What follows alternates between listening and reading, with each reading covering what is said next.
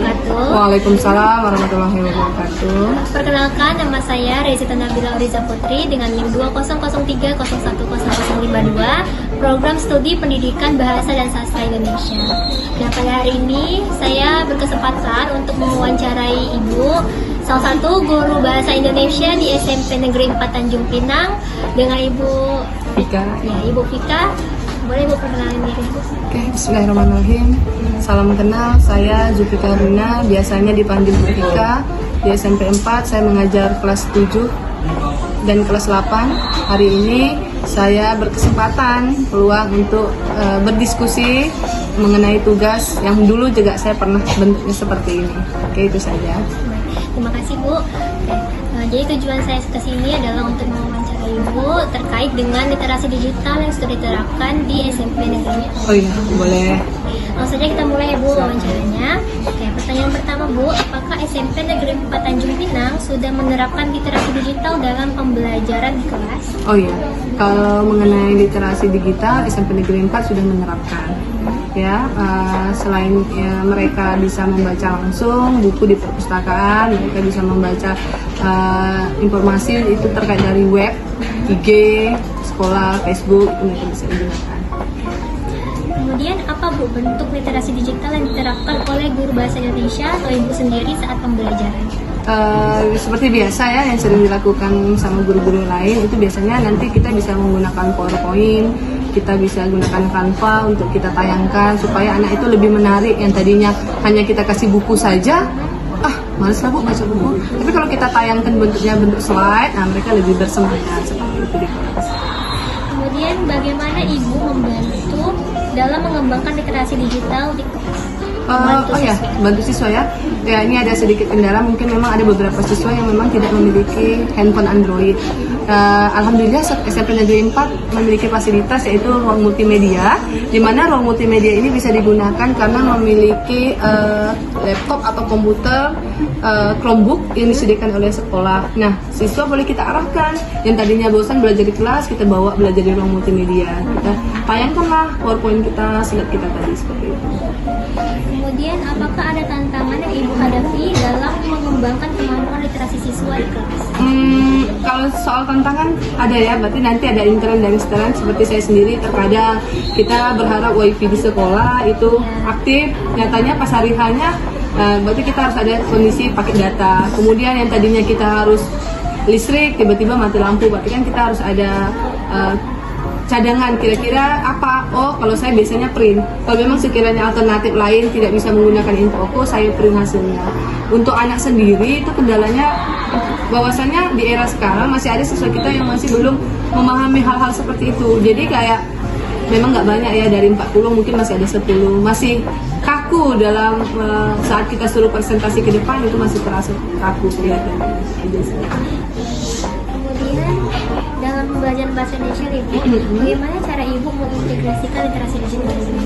Dan apa saja teknik atau strategi Ibu yang Ibu terapkan di SMP Negeri? Kalau untuk pelajaran bahasa Indonesia sendiri, bisa kami gunakan dulu, pernah gunakan Google Form. Jadi tugas-tugas anak mereka buat, kemudian kirim ke email. Memang saya buat satu email pribadi untuk tugas. Nah, di situ nanti mereka setelah mereka mengirimkan ada deadline-nya, saya akan kasih rentang nilai. Mereka bisa lihat sendiri, oh nilai si Abi 80 sampai 90. Nah, untuk kendalanya memang seperti itu, masih ada beberapa siswa yang tidak bisa mengerjakan dengan alasan di rumah tidak ada internet, mereka harus ke komputer ya, tempat perguruan komputer. Kemudian ada beberapa siswa yang memang masih cuek dalam memberikan tugas. Jadi biasanya hal-hal seperti itu masih bisa saya tangani dengan cara biasanya saya panggil, "Ibu, kenapa tidak buat tugasnya?" "Bu, tugasnya saya nggak ada HP Android, Bu." "Kalau Bu Pika suruh tulis aja boleh?" "Boleh, Bu." Atau mencari bahan ajar di perpus atau di media sosial lainnya seperti itu. Kemudian menurut Ibu sendiri, manfaat utama dari pemanfaatan literasi digital ini apa? Oh, jelas ya manfaatnya luar biasa.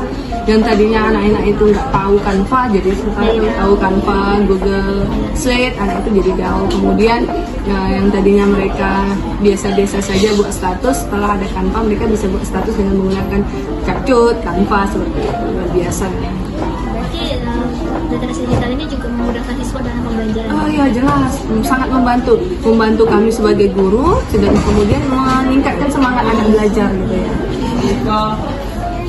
Kemudian apa harapan Ibu terhadap siswa saat menggunakan media literasi digital dalam pembelajaran bahasa Indonesia?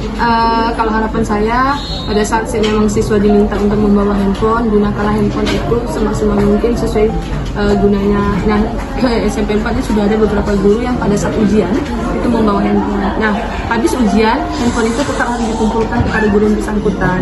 Pulang sekolah jam 2 handphonenya dibawa. Jadi memang harus betul-betul tidak boleh jam istirahat memegang handphone, tidak boleh. Pertanyaan terakhir, karena tadi Ibu bilang siswa itu kan lebih semangat, nah, dan lebih tertarik gitu ketika Ibu mengajar kalau menggunakan media-media digital. Nah, kalau dari segi nilainya Bu, apakah ada perbedaan Bu ketika Ibu mengajar dengan media digital dengan tidak menggunakan media digital? Kalau untuk nilai sebenarnya tidak ada perubahan ya, karena seperti sekarang saya ngajar dari 81 sampai 84, jika hari ini materinya poster saya menggunakan Canva di kelas, 82 juga saya harus menggunakan Canva jadi hanya saja perbedaannya nanti nilai itu ya nilai di tugasnya. Ada yang luar biasa menguasai Canva, berarti hasilnya akan bagus sekali dengan animasi, gambar. Tapi kalau yang biasa-biasa saja mungkin hal itu biasa saja. Tapi saya tetap memaklumi mungkin beliau memang belum bisa menguasai Canva. Oke Bu, baik, terima kasih Bu atas wawancara kita hari ini. Ibu sudah meluangkan waktu Ibu, terima kasih banyak. Saya akhiri wawancara kita hari ini, terlebih kurang saya mohon maaf. Wassalamualaikum warahmatullahi wabarakatuh. Waalaikumsalam warahmatullahi wabarakatuh. Assalamualaikum warahmatullahi wabarakatuh. Perkenalkan, nama saya Rezita Nabila Oriza Putri dengan NIM 2003010052, program studi pendidikan bahasa dan sastra Indonesia. Nah, pada hari ini saya ingin mewawancarai adik-adik di SMP Negeri 4 Tanjung Pinang. Boleh perkenalkan namanya dulu? Halo, nama saya Dian Novel Pratama, biasanya dipanggil Tama. Nama saya Keiko Rahana Zakia, biasa dipanggil Keiko. Jadi di sini saya mau mewawancarai Tama dan juga Keiko terkait dengan literasi digital yang diterapkan di SMP Negeri 4 Tanjung Pinang. Oke, langsung saja kita mulai wawancaranya ya. Pertanyaan pertama, apakah SMP Negeri 4 sudah menerapkan literasi digital dalam pembelajaran bahasa Indonesia di kelas? Ya, sudah. Biasanya guru-guru menggunakan media PowerPoint ataupun Google Classroom untuk mengumpulkan tugas. Pertanyaan yang kedua, bentuk literasi digital yang diterapkan oleh guru bahasa Indonesia saat pembelajaran ini?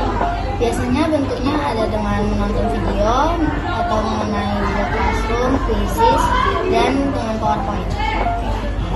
Itu aja. Pertanyaan selanjutnya, bagaimana guru membantu kamu dalam mengembangkan literasi digitalmu di kelas? Guru biasa membantu kami menggunakan media digital. Biasanya guru menyuruh kami untuk membuat tugas itu melalui media video atau menggunakan link-link seperti Quizy. Biasanya kami menggunakan media digital pada saat melakukan P5. P5 ya. Pernah nggak kalian waktu daring memakai? Ya, pernah juga waktu daring.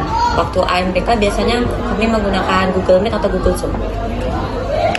Kemudian menurut kamu, menurut Tama ataupun Keiko, apa manfaat utama nih dari pemanfaatan literasi digital dalam pembelajaran bahasa Indonesia?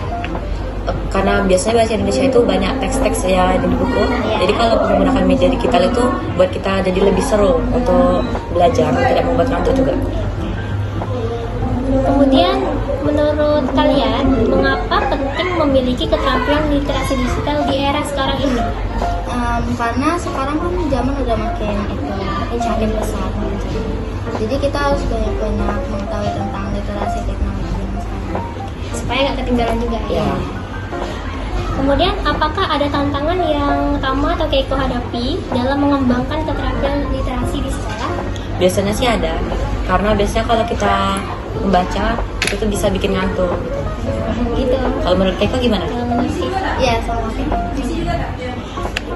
Terus, apakah teknologi digital ini atau literasi digital ini sangat membantu kalian dalam proses pembelajaran? Ya, sangat membantu sekali. Membantu dalam bentuk apa? Dalam bentuk kalau selama kita melihat gitu, kita biasanya bisa lebih cepat lebih cepat buat Memahami. ya memahaminya. Pembelajaran.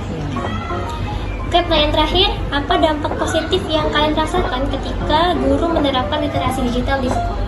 dampak positifnya yang pertama itu nggak bikin ngantuk, terus media pembelajarannya lebih seru. Terus itu kalau kita pakai media digital itu guru bisa lebih cepat menyampaikannya daripada lewat media seperti buku. Ya. Oke, mungkin sekian wawancara kami hari ini. Saya ucapkan terima kasih kepada Tama dan Keiko yang sudah meluangkan waktunya untuk diwawancarai pada hari ini. Saya tutup. Wassalamualaikum warahmatullahi wabarakatuh.